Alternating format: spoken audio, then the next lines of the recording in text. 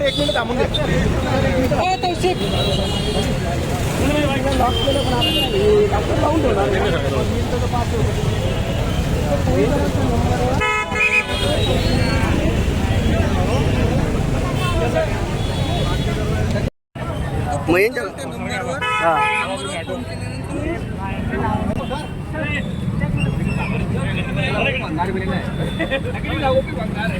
काही लागत पण नाही.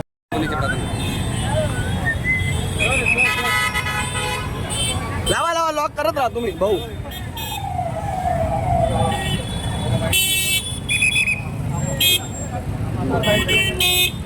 सांगाल.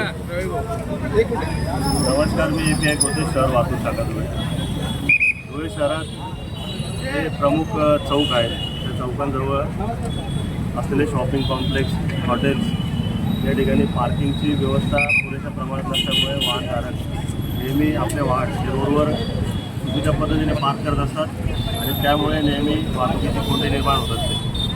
त्यासाठी आपण त्यांच्यावर दंडात्मक कारवाई करतो. ई चालन मशीनद्वारे आपण त्यांच्यावर कारवाई करतो. परंतु बरेचसे टू व्हीलर जे आहेत त्या स्क्रॅप असल्यामुळे किंवा त्या लोकांचे कधी त्यांना RTO ऑफिसला जाण्याची गरज नसल्यामुळे ते चालन पेंडिंग असू देतात. ते त्यांना पुन्हा आवाहन करून देखील चालन भरत नाही आणि त्यांच्यावर ई चालनचा परिणाम होताना दिसून येत नव्हता.